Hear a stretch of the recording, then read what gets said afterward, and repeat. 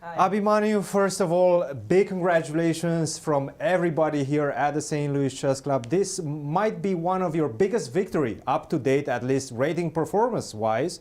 You won 25 rating points or something along those lines. You scored 6.5 points out of 7 in the last 7 rounds. How do you feel? You must be feeling euphoric at this point. Yes, this is a dream come true. I mean, just to play in this event I was very happy just to get an invitation to this event. Now to completely win this in such a dominating fashion, 6.5 out of 7, it feels amazing.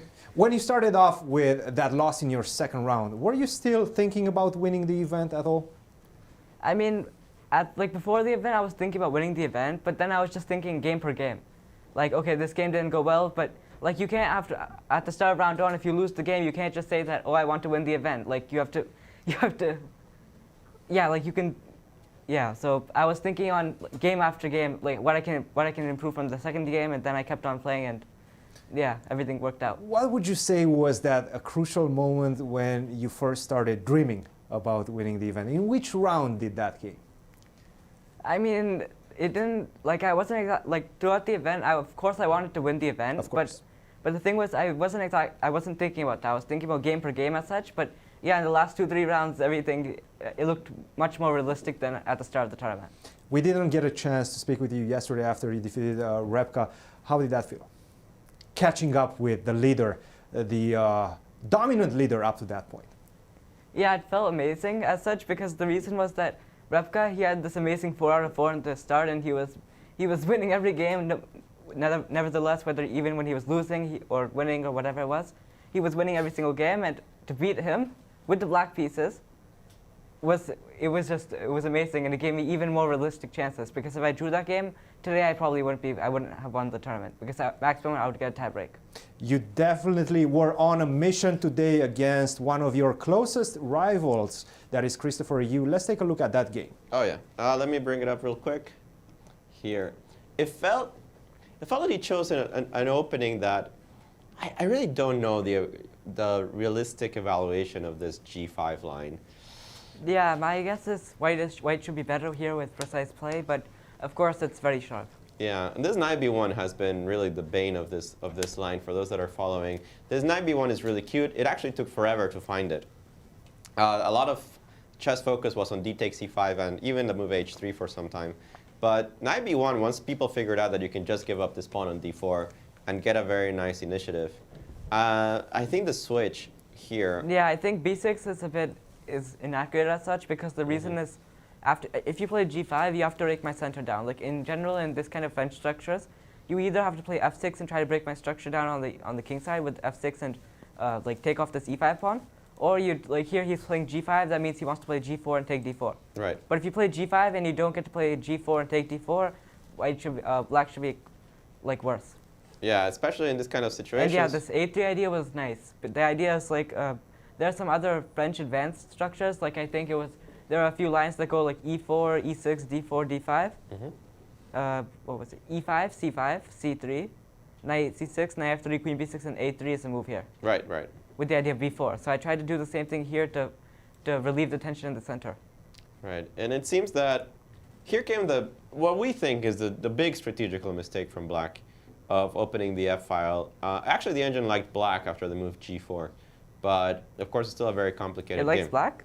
Yeah, just a little bit, like 0.3, 0.4, I forgot. But g4 was very important. But it was G very takes important. f4, after that you are just But like dominating. g4, f5, this also looked pretty fine for white. But yeah, the snare on e1 is a bit restricted. I guess the difference is that he doesn't have that big weakness on h5, yeah, among other things. Among other things. But certainly, after g takes f4, bishop takes f4, you must be feeling good about this position, at least the potential plans here. And you played just really, really well. I think this was a very mistimed f6, a little hopeful, but at the same time, if you don't go for f6, I mean, I'll play queen e3, knight f3, and if you can't keep playing with the pawn on f7, eventually I'll double up, play bishop g5, and it'll be too much for black to handle. So maybe this is the best practical chance as such, but it's not a good position for black at all. Absolutely, but here it already seemed that the position was falling apart, and indeed after king takes, this is just over, right? Yeah, like e4, I have queen g4, anything. Yeah. There are a few like very nice tactics here after rook takes f1, rook takes f1, e takes d4, c takes d4. I think my idea was like, okay, maybe queen g4 was a bit stronger, but okay, I don't really care as such. C takes d4, knight takes d4. My idea was queen g4 check. And this was a shocking moment for us, and I would assume for you as well. Knight takes d4 with you having only 8 minutes on the clock felt like the required decision for him, to at least make you calculate and find the winning path. Yes, but I have this very nice move here, knight d4. The idea is d takes e4, rook d1. Now bishop d5 is the only move not to lose your queen. And now knight takes e4, and if I play rook takes d5, knight f6 is just over. Yep. I mean, that works. It's one of the many ways that this works, but this is good enough. It looked clean enough. Clean enough for sure. I guess there are more than one solution after knight takes d4. We still felt he had to go for it, and this at least after queen f4, you're not resigning immediately, and the game, you probably win almost all the time with white here in this position, but in the other variation, he was just completely hopeless. Yeah, knight df3, then knight f7 was a threat, and it's queen f7, h5, everything is winning. Right. Well, Abhimanyu, congratulations on this one. Tell us a little bit about your coming plans as a chess player. What's on the horizon? Yeah, so my next tournament, I'm probably going to play another tournament in another like 5-6 days at Charlotte Chess Center.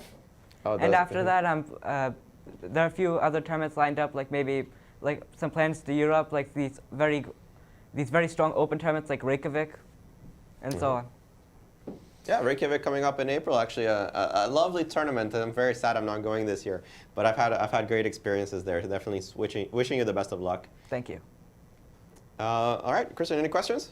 No, just I'm stunned by a great performance, and I want to congratulate Abhimanyu once again. Congratulations and good luck in the rest of your events this year. We're looking forward to a surging 26,000-2700. Who knows? Thank you. That's my plan. Yeah, that's what we expect. The pressure is on you. And remember that he will be back here, Abhimanyu Mishra, for the U.S. Juniors in July. So certainly look for his return to the club very soon. And hopefully we get to see him play the U.S. Championships very, very soon in the next, if not this year, maybe the next year. Wow. What an impressive young man, Alejandro. Yeah, very 13 eloquent. years of age. Very eloquent, very outspoken. And I like the enthusiasm he has for chess. And the more I see him analyze, the more I'm convinced that he just calculates to the end. He's the real deal. He's just the real deal. He calculates everything. And I'm very impressed by his performance so far. All right, there are no huge updates in the key matchups, mainly because they're finished. But in the in the other one with Jeffrey, well,